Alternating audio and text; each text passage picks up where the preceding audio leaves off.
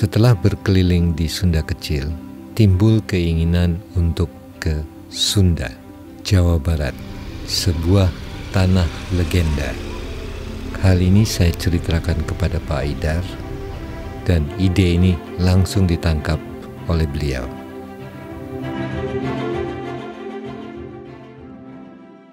Bismillahirrahmanirrahim.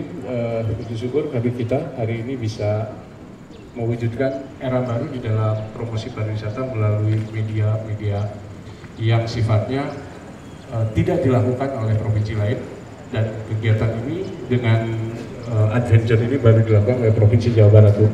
Jadi tepuk tangan untuk Jawa Barat.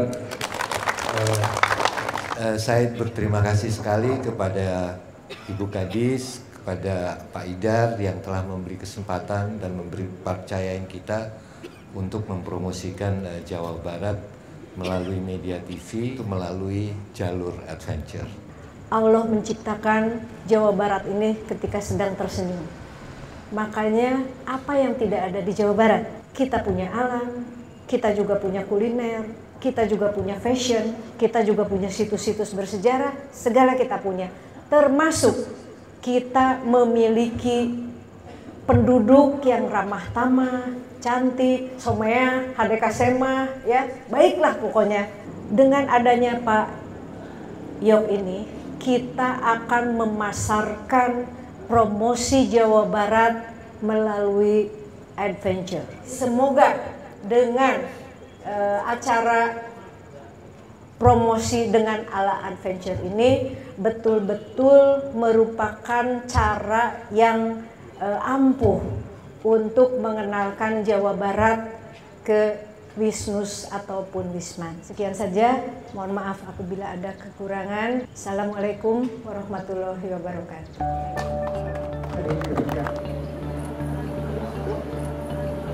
Dengan persiapan yang sangat singkat, dengan tim baru, perlengkapan baru, Rova goes to the Legend Land, Jawa Barat.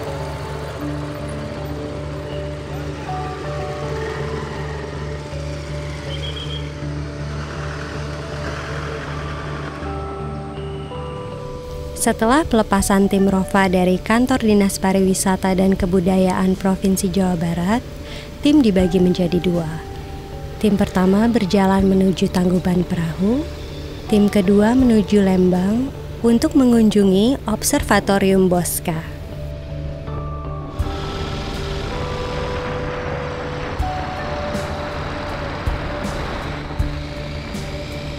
Gunung Tangkuban Perahu adalah salah satu gunung yang terletak di Provinsi Jawa Barat, sekitar 20 km ke arah utara kota Bandung, dengan rimbun pohon pinus dan hamparan kebun teh di sekitarnya. Gunung Tangkuban Perahu mempunyai ketinggian 2084 meter. Gunung Tangkuban Perahu adalah sisa dari Gunung Sunda Purba yang masih aktif. Pada zaman purba, diperkirakan kota Bandung adalah sebuah telaga besar dari Sungai Citarum. Bicara tentang Tangkuban Perahu tentu tak lepas dengan legenda Sangkuriang. Alkisah, Sangkuriang adalah anak dari Dayang Sumbi dan seorang pangeran yang dikutuk menjadi anjing yang bernama Situmang. Secara tidak sengaja, Sangkuriang memanah Situmang, dan ini membuat Dayang Sumbi marah dan melempar sendok ke kepala Sangkuriang. Kemudian Sangkuriang pun kabur dari rumah. Dayang Sumbi pun menyesal dan berdoa kepada Tuhan agar kelak ia dipertemukan dengan anaknya kembali. Dayang Sumbi pun melakukan tapa dan laku hanya memakan tumbuh-tumbuhan. Tahun berganti tahun, Sangkuriang mengembara ke arah timur hingga muncul kembali ke arah barat. Akhirnya ia bertemu dengan Dayang Sumbi. Sangkuriang tidak mengenal ibunya, karena Dayang Sumbi melakukan tapa dan laku yang mengakibatkan dirinya awet muda. Dayang Sumbi akhirnya mengetahui bahwa Sangkuriang adalah anaknya dan berusaha menolak lamaran dengan syarat yang tidak mungkin dipenuhi, yaitu membuat telaga dan perahu dalam satu malam. Karena gagal memenuhi permintaannya, Sangkuriang pun kesal dan menendang perahu yang sudah dibuatnya ke arah utara hingga membentuk Gunung Tangkuban Perahu.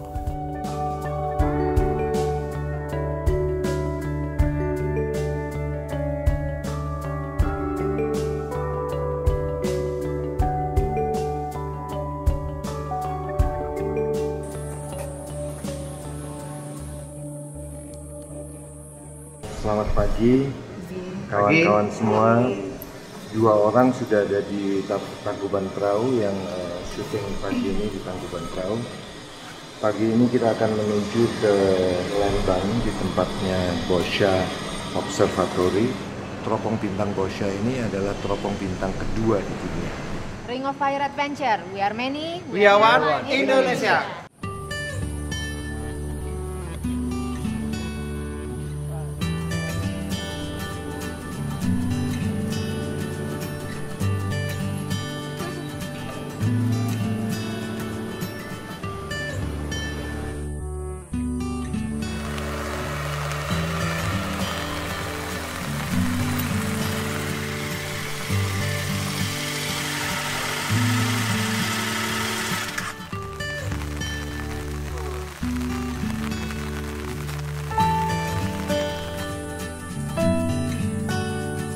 Karel Albert Rudolf Boscha lahir di Belanda 15 Mei tahun 1865. Ia meninggal di Malabar, Bandung pada tanggal 26 November 1928. Observatorium Boscha merupakan salah satu tempat peneropongan bintang tertua di Indonesia. Konstruksi Observatorium Boscha dimulai pada tahun 1923 dan selesai pada tahun 1928.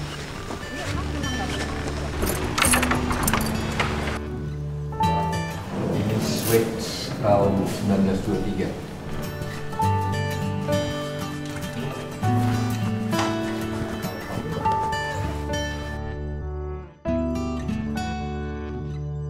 Apa sebetulnya aplikasi langsung astronomi di kehidupan sehari-hari? Orang zaman dulu menetapkan waktu itu berdasarkan, mungkin sampai sekarang juga berdasarkan gerak dari benda-benda langit gitu. Jadi ya kita mengenal kalender, kita mengenal hari raya, kapan jatuhnya di kalender Masehi begitu. Itu semua berdasarkan gerak benda langit.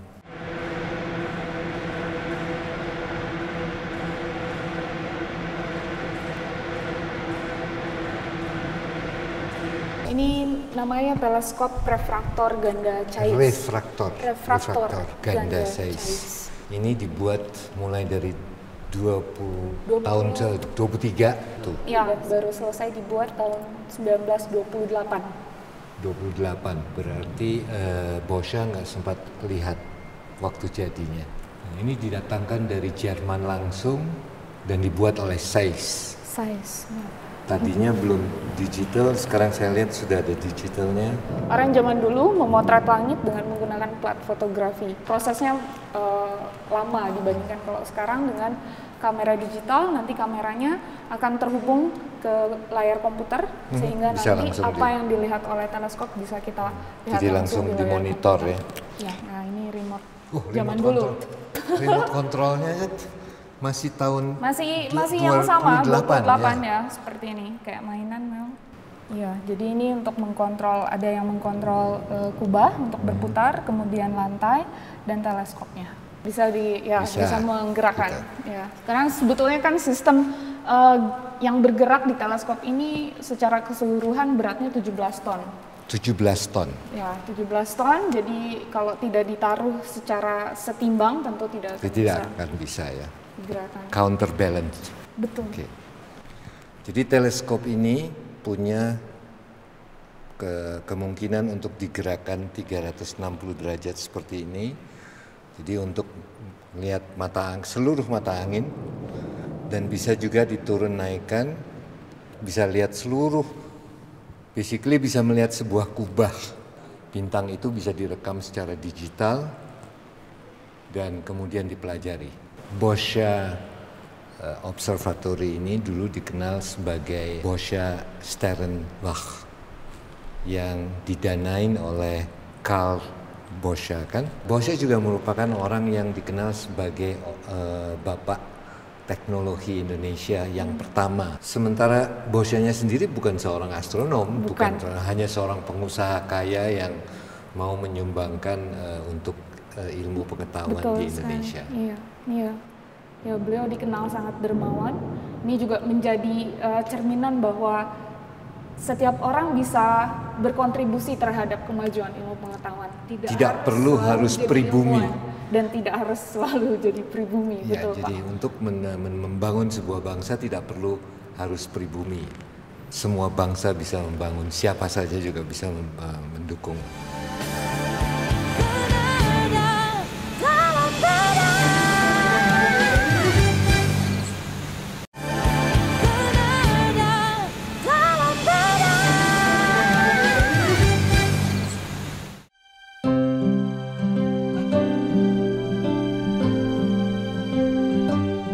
Sekarang teleskop yang sebesar ini di dunia sudah dikategorikan sebagai teleskop mini. Pengembangan dari observatori ini, development dengan peralatan yang baru dan sebagainya. Oke. Kalau peralatan baru kita tentu berusaha untuk keep up, tetapi memang tidak bisa sampai di garda depan di astronomi begitu ya. Tetapi memang kita mengembangkan sebuah program komputer, jadi menggunakan bahasa pemrograman, sehingga teleskopnya bisa dalam tanda kutip bergerak sendiri saja gitu ya. Tracking.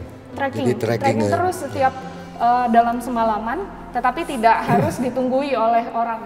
Pada tahun 1923, teknologi ini adalah teknologi yang at the edge of the technology gitu ya, yang benar-benar paling mutakhir. Mungkin hari ini sudah triliunan. Sama aja kalau kita mau membangun observatori yang secanggih ini pada tahun 23 itu udah triliunan. Jadi ini adalah benar-benar benar-benar sebuah dedikasi dari seorang bangsa lain, jadi bukan pribumi, yang diberikan kepada Indonesia. Dan sampai hari ini dinikmatin oleh ribuan mahasiswa seperti Anda. Anda udah lulus belum? Sudah lulus, Pak. Udah lulus. Jadi mahasiswa dan astronom Indonesia. Instalasi listriknya pun masih menggunakan switch dan alat pengukur yang dibuat di tahun 23 sampai 28. Kalau jauh dekat begitu itu untuk fokus sebetulnya. Kalau mau memperbesar itu harus ada satu komponen yang kita ganti saja. Itu saja sih. Jadi final lensnya aja yang diganti. Iya. Hebat ya. Hebat sekali, dan ini luar biasa pemeliharaannya, istimewa sekali. Kita orang awam, perempuan gitu, yang sering kita baca kan bintang-bintang astrologi. Ya. Kenapa harus rasi-rasi bintang itu gitu yang dijadikan sebagai acuan meramal dalam tanda kutip. Zodiak itu apa? Zodiak itu sebetulnya adalah kawasan di mana itu merupakan, kalau kita tarik dalam 1 tahun, itu merupakan daerah-daerah tempat matahari kita berada gitu ya. Jadi itu garis edar matahari kita bilang, dilihat dari bumi. Artinya apa ya? Sebetulnya posisi matahari setiap tahun itu bisa kita amati berbeda di dalam latar belakang rasi-rasi bintang yang tadi. Gitu. Jadi makanya kenapa yang diambilnya hanya 12 itu saja ya? Karena itu yang kita sebut sebagai zodiak, di mana matahari itu beredar sepanjang tahun di dalam rasi-rasi tersebut.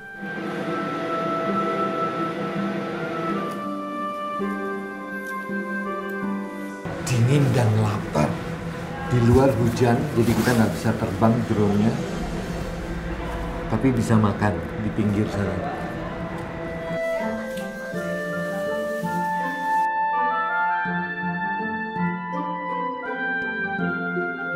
Dari Observatorium Bosca, perjalanan kami lanjutkan menuju Pangalengan. Rencananya, kami akan menginap di rumah kediaman Bosca yang berjarak sekitar 70 km dari sini. Lapar.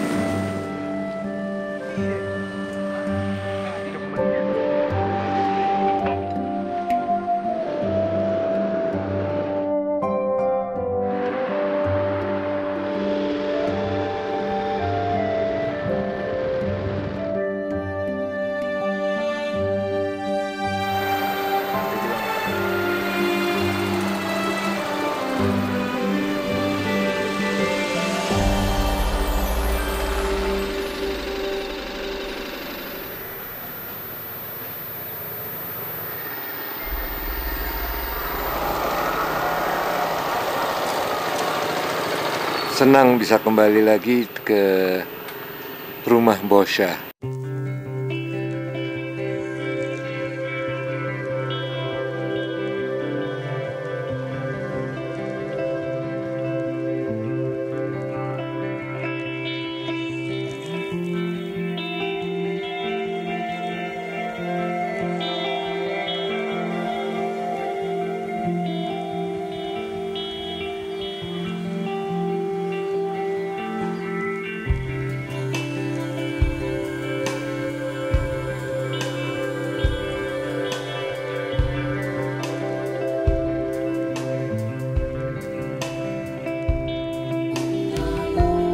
Setelah menikmati sunrise yang indah di antara perkebunan teh Malabar, perjalanan kami lanjutkan ke sekolah bersejarah yang pernah dibangun oleh Boscha untuk penduduk pribumi di Malabar pada saat itu.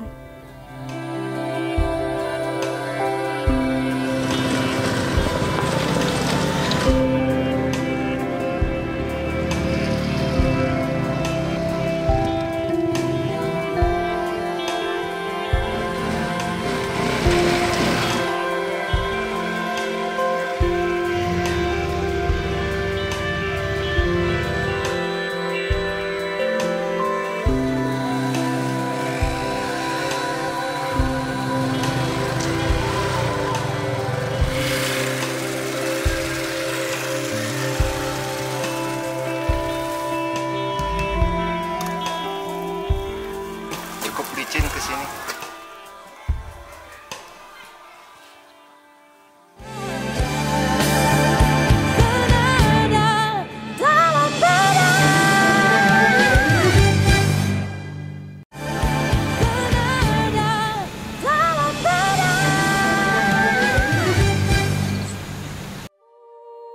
Karel Albert Rudolf Boscha lahir di Den Haag, Belanda pada tahun 1865. Kakeknya pernah bercita-cita untuk membangun observatorium di Hindia Belanda. Ia pun pergi merantau ke Hindia Belanda untuk membangun perkebunan teh di Malabar. Setelah sukses membangun 2 pabrik teh, Boscha pun melaksanakan wasiat kakeknya untuk membangun teropong bintang di Lembang. Namun sayangnya, Boscha tidak sempat menyaksikan bintang melalui observatorium yang didirikannya, karena ia meninggal dunia sebelum observatoriumnya selesai. Pada masa hidupnya, Boscha peduli pada kesejahteraan masyarakat pribumi saat itu. Ia mendirikan sekolah gratis setingkat SD bagi penduduk Malabar.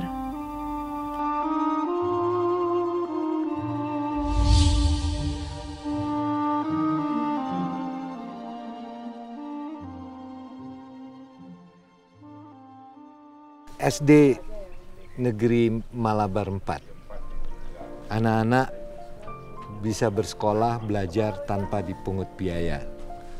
Di samping itu, yang lebih hebat lagi, SD 04 Malabar ini pengembangan sekolah model.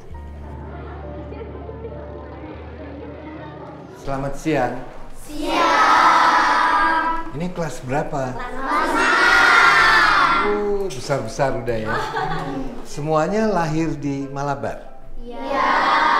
Ada yang tahu siapa Boscha?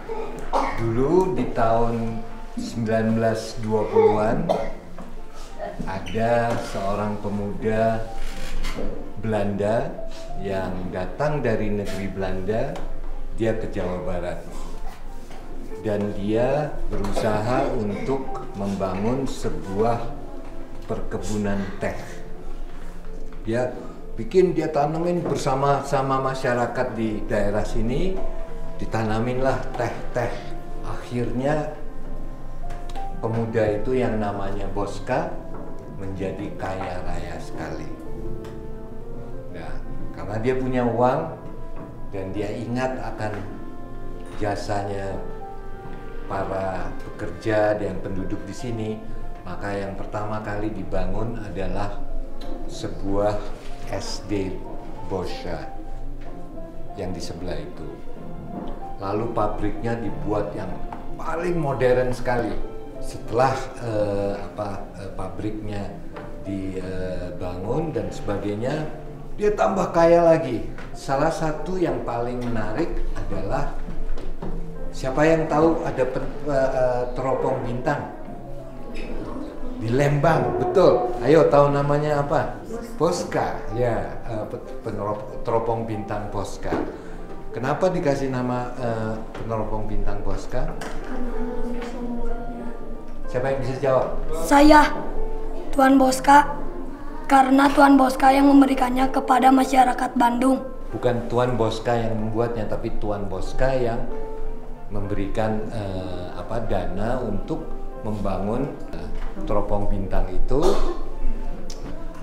yang pada tahun 1928 itu merupakan salah satu teropong bintang yang tercanggih di dunia. Negara-negara baru di Asia dan Afrika bergabung dan membuat sebuah konferensi di sebuah gedung di Bandung. Ada yang tahu gedungnya? Tahu? Gedung Asia Afrika.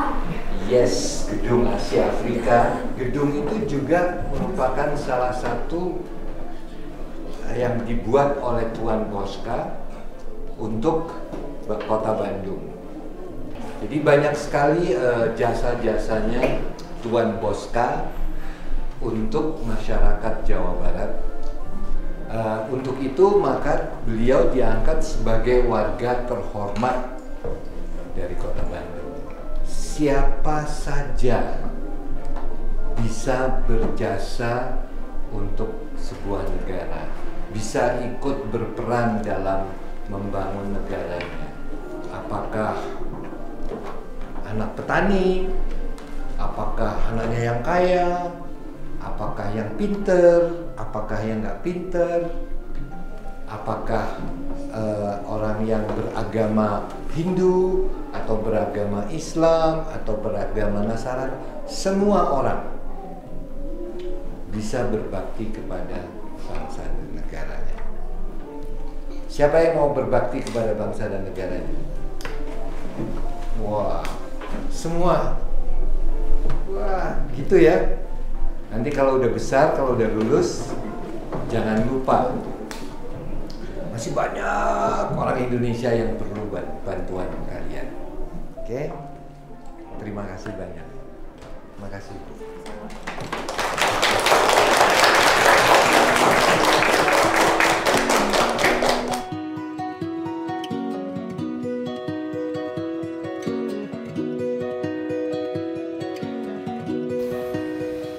Kita berada di dalam SD Bosca dulunya, sekarang juga menjadi milik SD Malabar 4. Dan Ibu Lilis adalah seorang putri dari petani teh yang dulu sekolah di sini ya.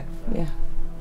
Bagaimana rasanya waktu Bapak Ibu tahu bahwa Ibu Lilis sekarang jadi kepala sekolah? Mungkin bangga ya Pak ya, Ya. Karena dulu orang tua saya itu cuman bekerja di kebun dan ibu saya itu sebagai koki di Belanda dulu. Sekarang saya anaknya menjadi kepala sekolah, otomatis mereka sangat bangga sekali. Ya. Tentunya ini adalah sebuah peninggalan yang sangat berharga, sudah melahirkan banyak sekali orang yang berhasil saya kira. Iya.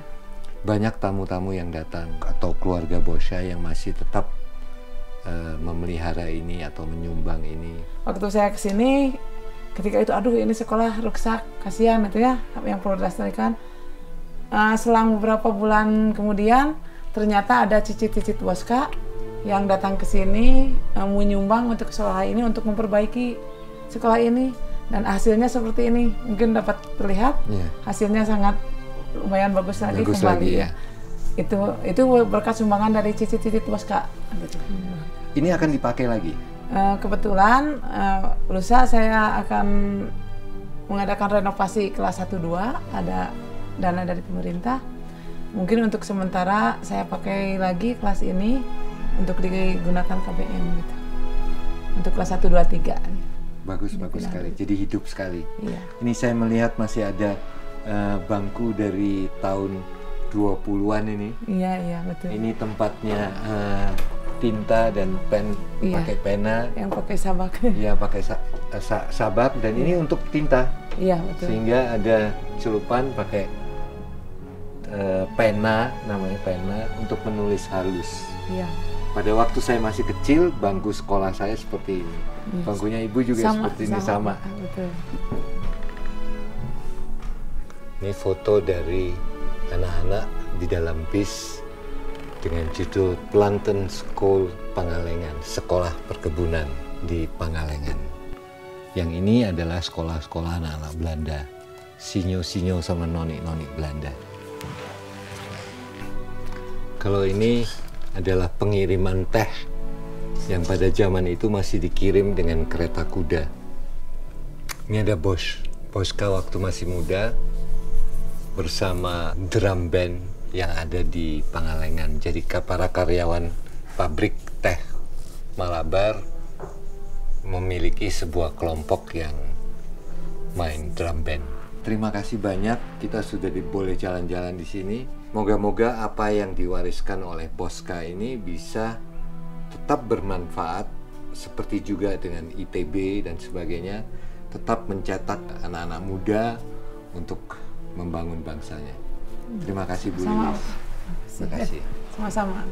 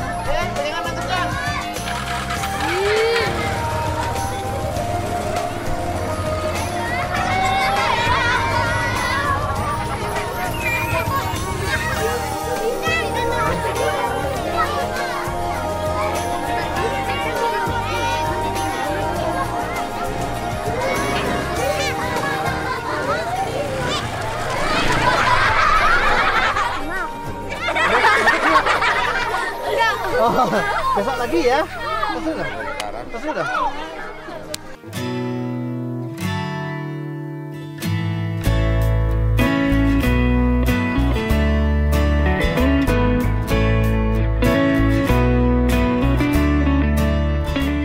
Listrik tenaga surya baru kurang lebih setahun lebih datang di SD Malabar ini. Sebelumnya mereka tidak punya listrik, tapi atas bantuan dari Kedutaan Besar Jepang, maka SD Malabar 04 ini memiliki listrik sejak 1,5 tahun yang lalu.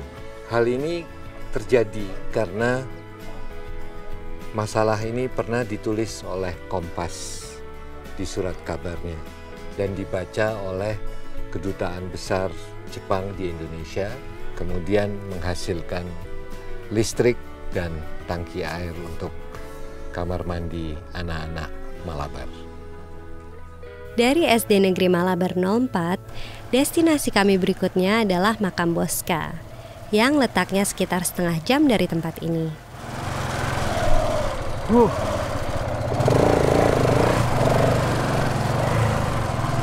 Oke.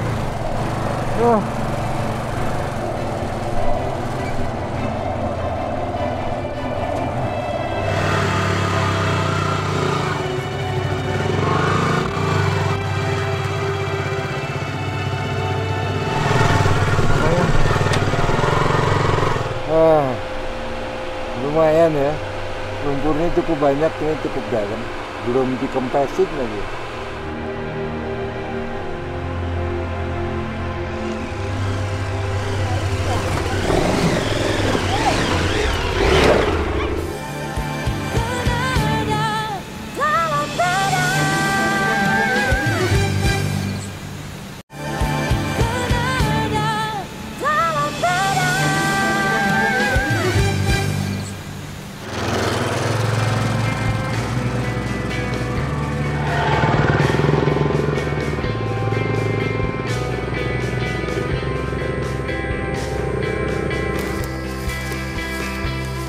Yang jatuh sama lu juga nggak? Enggak di depan kita. Lo makanya tenang.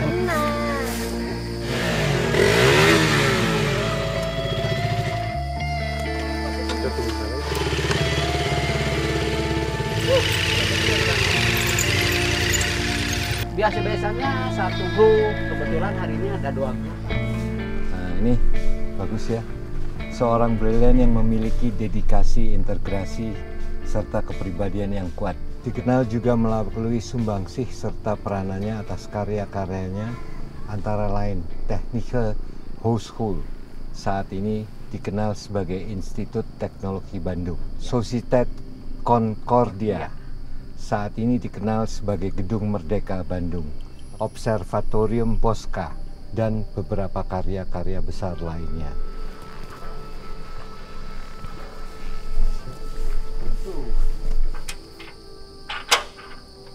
Silahkan Pak.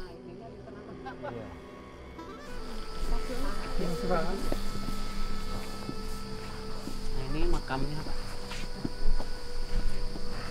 Dulu ada kursi yang paling di luar itu Pak. Itu tempat istirahat seharinya di sini, tempat cari aspirasinya di sini. Itu kemarin 2006 ada yang ngambil nih. Jadi sekolahan dulu juga itu yang barusan Bapak yang di sana itu ada yang ngebakar Pak. Dibakar ya. Ya dikarenakan udah dibakar, kesini ada tamu dari Pak Jenderal apa ya, yang udah pensiun itu, nangis Pak. Beliau itu dulunya pernah sekolah di situ SR. Goedemiddag, meneer Bosca.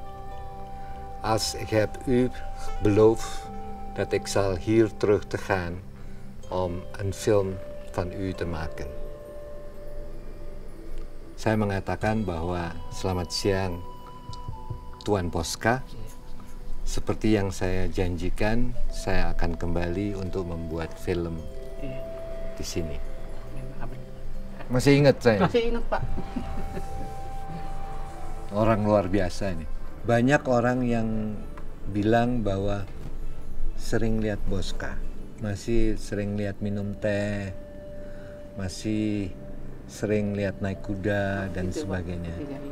Pak Upir pernah lihat? Pak Upir baru 3 bulan Pak ya. Kerja di sini malah di belakang situ Pak, di belakang kursinya. Lagi ini Pak, oh ya keringetan lah sampai berkecucuran itu. Itu di belakang. Memang istirahat dulu kalau kecapean. Tahu-tahu di belakang. Oh juragan. Lari Pak, tari ketakutan. Padahal nggak apa-apa itu menurut rahasia itu nggak apa-apa. Ketakutan ya baru 3 bulan Pak. Tapi itu nggak lama-lama Pak. Oke. Sampai nanti ya Pak ya. Iya Pak ya.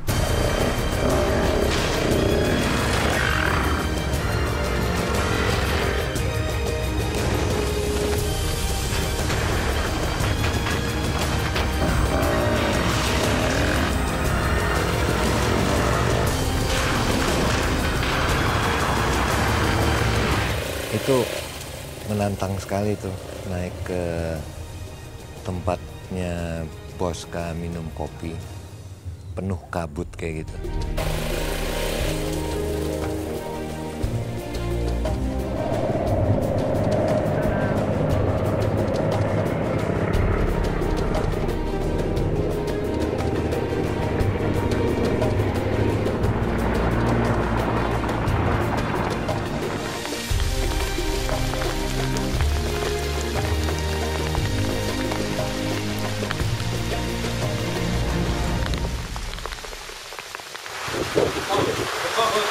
Kita sampai di Gunung Mini, puncak gunung kecil, di mana Bosca sering minum teh bersama kekasihnya yang bernama Nino.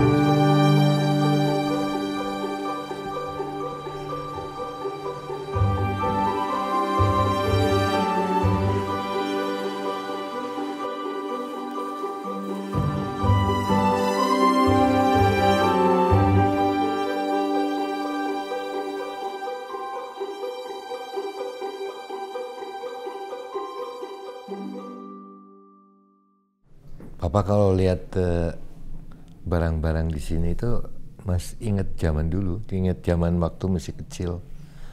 Lampu itu tahun 50s ya, itu lampu-lampunya kayak gitu.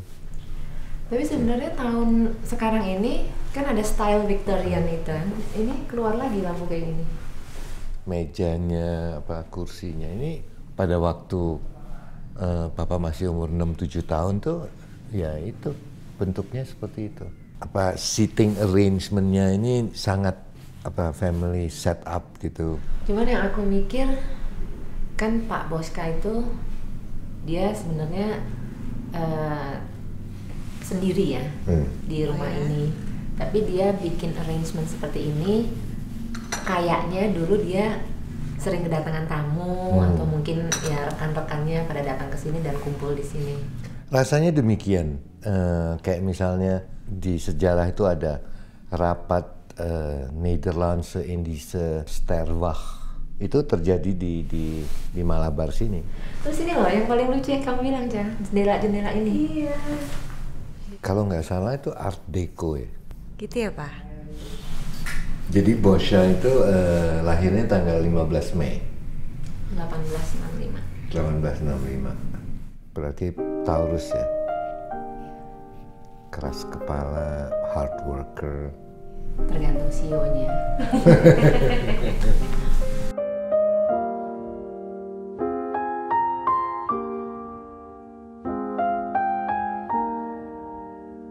Ini adalah tongkatnya Menir Bosca. Menurut cerita dia temukan di sungai kayu ini sudah kering sekali, dan kalau melihat ukurannya saya rasa beliau itu tingginya mungkin 180-an ya, karena ini cukup tinggi untuk ukuran saya. Tongkat ini sering dibawa kemana-mana kalau dia sedang mengitari perkebunannya.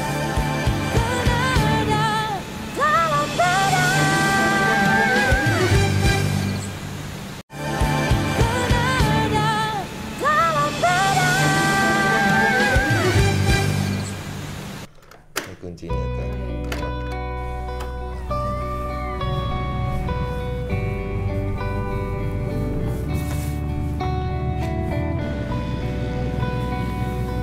120 tahun umurnya. Ubin ininya masih bagus semuanya.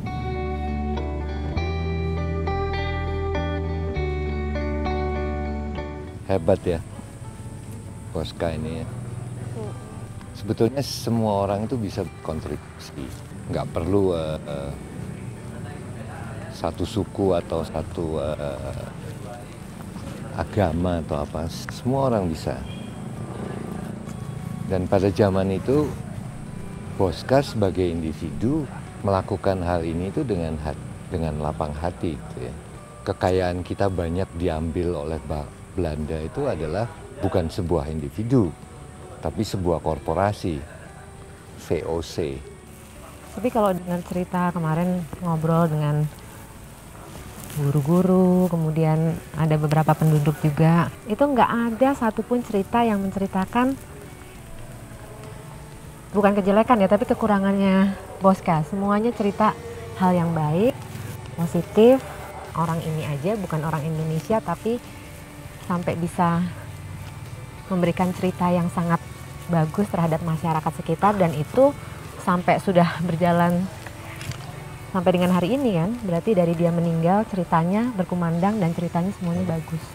Kalau pepatahnya itu mengatakan bahwa harimau mati meninggalkan belangnya. That's how your reputation during your lifetime itu being appreciated. Ini Papa yang, is this what you're trying to do?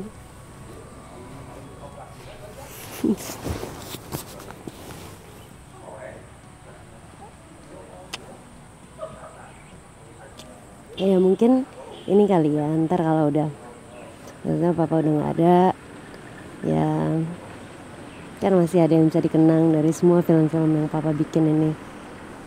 Ya nggak sih? This is something that I left behind. Thank you.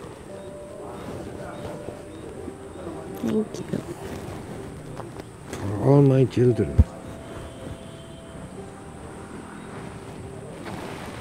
This is big.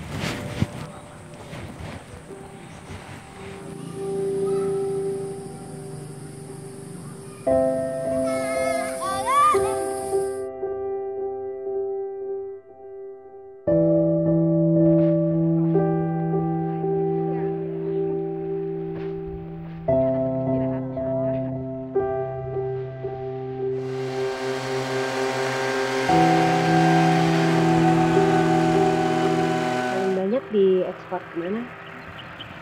Kita biasanya ke Jepang, Bu. Oh, Jepang. Loh, jadi Ocati itu jangan-jangan dari sini.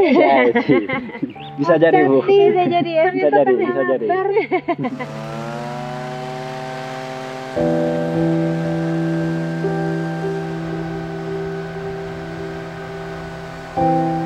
White tea itu yang kita ambil dari pucuknya saja, Bu. Jadi benar-benar malah peko. daunnya aja belum jadi daun. Belum. Istilahnya peko di sini.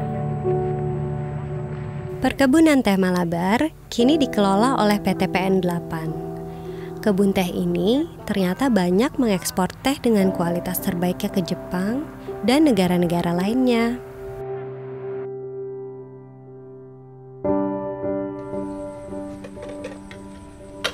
Setelah puas berkeliling perkebunan teh Malabar, kami berkemas untuk berangkat ke destinasi selanjutnya.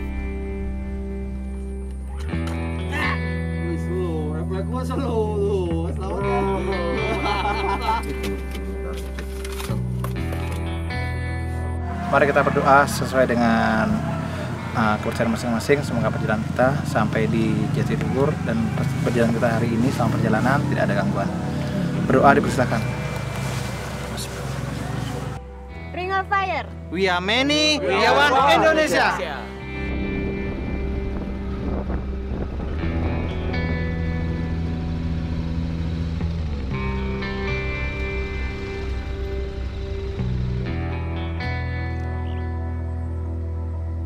Perjalanan dari Malabar ke Waduk Jatiluhur seharusnya bisa ditempuh dalam waktu 4 jam. Namun, karena pada waktu itu beberapa ruas jalan yang kami lalui lumayan macet, akhirnya kami tiba di tujuan pada pukul 9 malam.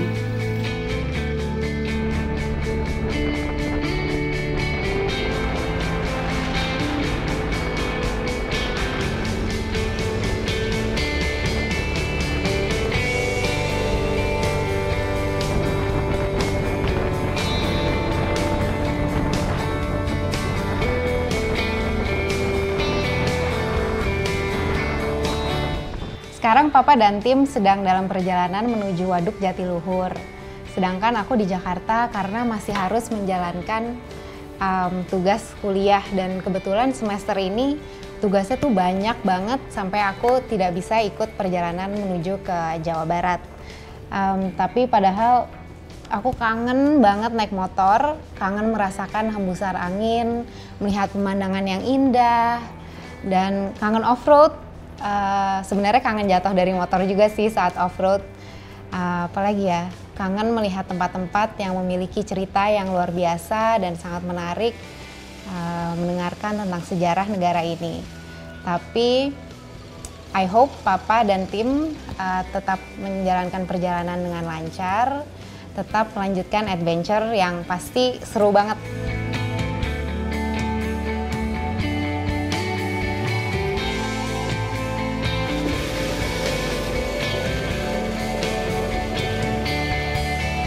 Andini menggantikan Diva riding di motor dan Ransa menggantikan posisi Andini di mobil.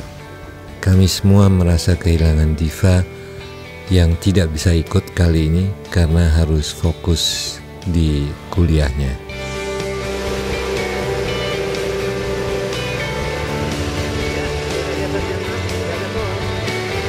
Kita sudah nyampe di Waduk Jatiluhur. Side camp ada 10 km dari sini.